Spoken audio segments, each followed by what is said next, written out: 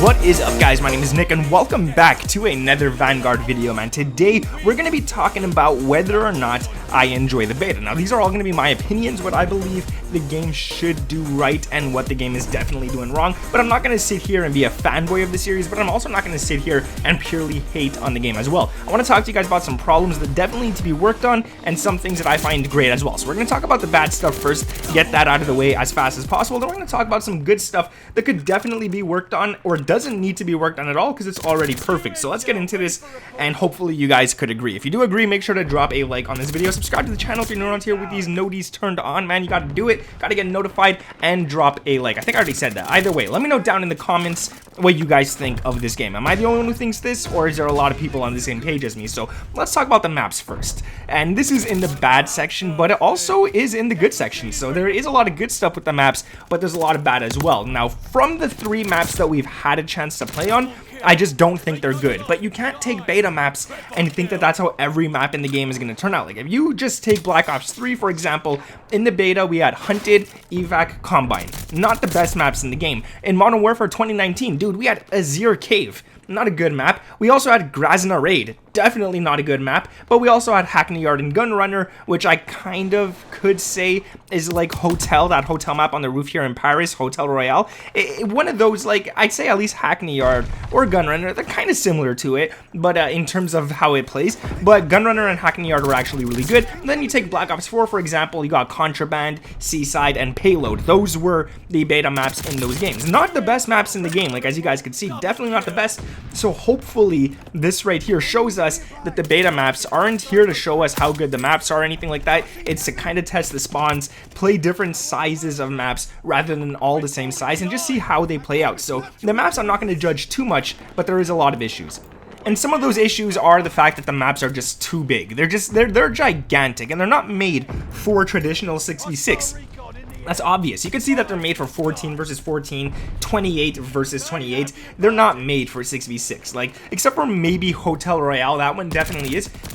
But dude, that star map, the one on the winter map there, it's huge. You cannot play 6v6 on that. Like, you could, but it just doesn't play right. And they're also too cluttered. The maps have too much stuff all over the place. Too much breakables, too much everything, too much whatever it is. There's just too much clutter on the maps as well. So we definitely want to change that up a little bit. But I mean, hey, that's all up to Sledgehammer. If they want to do it, go ahead and do it. Now, the sound engine. Dude, the sound engine so far is horrible.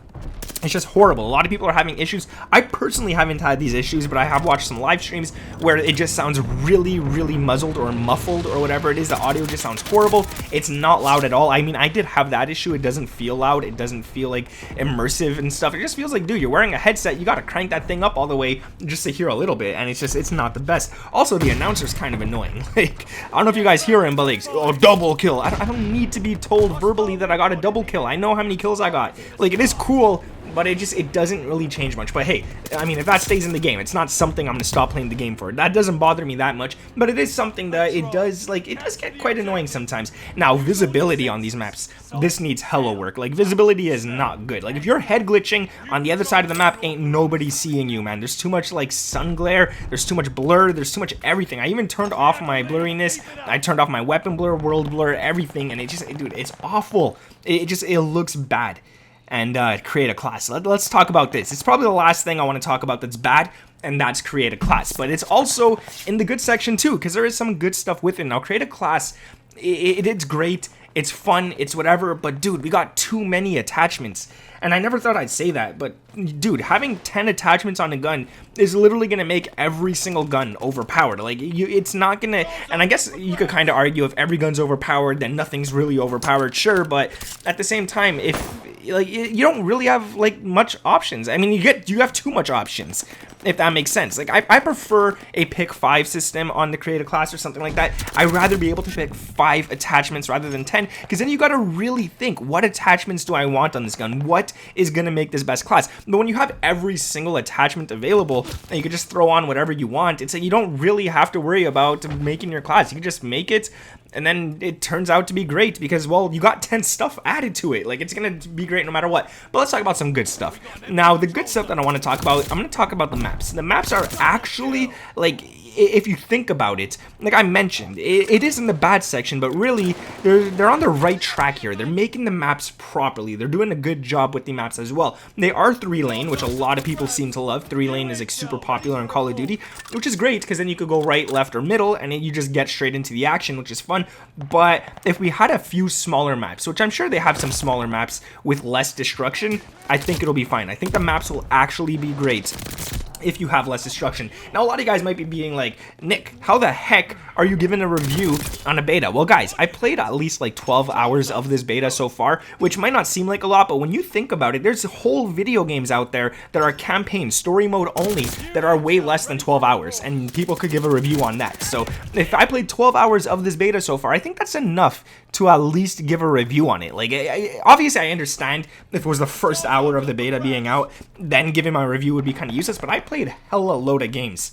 Like, I think it's justifiable. I could definitely talk about this kind of stuff. Now, the guns. These are all pretty cool. They seem pretty balanced. They seem pretty great.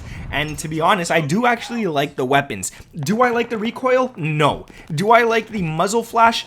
Definitely not. Do I like the fact that when you shoot your guns without suppressor, you're not visible on the radar? No, I don't like that. I don't like that kind of stuff. But we're not here to talk about that. I'm here to talk about the time to kill of the weapons. I feel like it's right. I feel like they got it right here. There's a lot of connection issues, so there is some people who might disagree with me, but that's because the servers aren't that great yet. You feel like you're dying really, really fast, when in actuality you're not. It's just the connection's horrible, and you kind of have the bad end of it there. But once the actual game comes out, they normally fix the servers really, really quick in COD games, so you don't have to worry about that. There was one game, I forget which one it was. It might have been Ghost or something. It might have even been Advanced Warfare. I don't remember, but that connection wasn't fixed for like a month. That was horrible. That was horrible, but they learned their lesson, I'm sure. It's going to be good. It's going to feel right. But the time to kill, in my opinion, is great. The SMGs work as SMGs. The ARs work as ARs. The snipers work as snipers. They all have their own ranges, their own distances, and that's all really good. But there is also another issue that I want to talk about here real quick about the actual weapons themselves, and that is the fact that, like, you got some guns that have a sprint out time that's really, really high. Like, let's say you take an AR, for example, or an LMG. It has like a 800 millisecond sprint out time, but then you got an SMG with like a 50 millisecond sprint out time. I feel like that needs to be adjusted. They definitely got to get the guns a little more similar. Like, obviously give the LMGs a longer sprint out time, but also don't give them too long of a sprint out time when nobody wants to use them, because then it's just going to be people camping with LMGs. You do want people moving around with LMGs, in my opinion. Now, the last thing I want to say in the good section is for the creative class, and in all honesty, it's a great system. Having a magazine and then having an ammo type for it is really cool. I do like that. And I think instead of 5 attachments and instead of 10 attachments, we should have the option to put on 6. And this is actually something that would be cool, because you got a muzzle, a barrel, an optic, a stock, under barrel, magazine, ammo type, rear grip, proficiency, and kit. So that is 10 stuff right there. So now you could think, okay, if there's 6, you could put on a muzzle, a barrel, an optic, a stock, the magazine, and then instead of putting on a rear grip or an underbarrel, you could put on the ammo type, and you could pick, like, I don't know, subsonic, FMJ, incendiary, which incendiary should definitely not be in the game, let's be honest. Like, I don't know whose idea that was over at Sledgehammer, but putting this in the game, like, on every single gun practically, it's just that they're asking for trouble with that right there, man. I don't know who thought that was a good idea. It's definitely not. We do not need incendiary rounds for every single gun. Maybe one shotgun could have it, and then it also gives a negative effect to the shotgun as well, like takes away damage range or something, just so, like, if you want to use it, you could only use it up close on one weapon. I feel like that would be fine, but putting it on ARs, putting it on SMGs, we don't need that. But anyways, going back to the creative class, yeah, you could pick that. I feel like 6 would be perfect, because then if you have a magazine and a proficiency, which is also a perk, if you have those on, then you could choose your last attachment, whether you want it to be a kit or an ammo type or a rear grip or a barrel or whatever the heck it is. I feel like that would be better, but giving you the option to put on every single attachment you want, I mean, look, I love creating classes, but I feel like it's too much, and I feel like any gun, people are just gonna make crazy things that you can't stop, and that's that. But like I said, man, this is my thoughts, this is my opinions. Let me know what you guys think down in the comments below. If you guys agree with me, please let me know. If you guys disagree, feel free to let me know as well. Just be civil, be civil. Don't go like all cursing and stuff like that in the comments. Just be civil about it. Thank you guys for watching. Drop a like on this video, subscribe with those notifications turned on. I do hope you guys enjoyed this one. I do hope you guys agree with some of the things I mentioned as well. My name is Nick, and I'll catch you in the next one. Peace.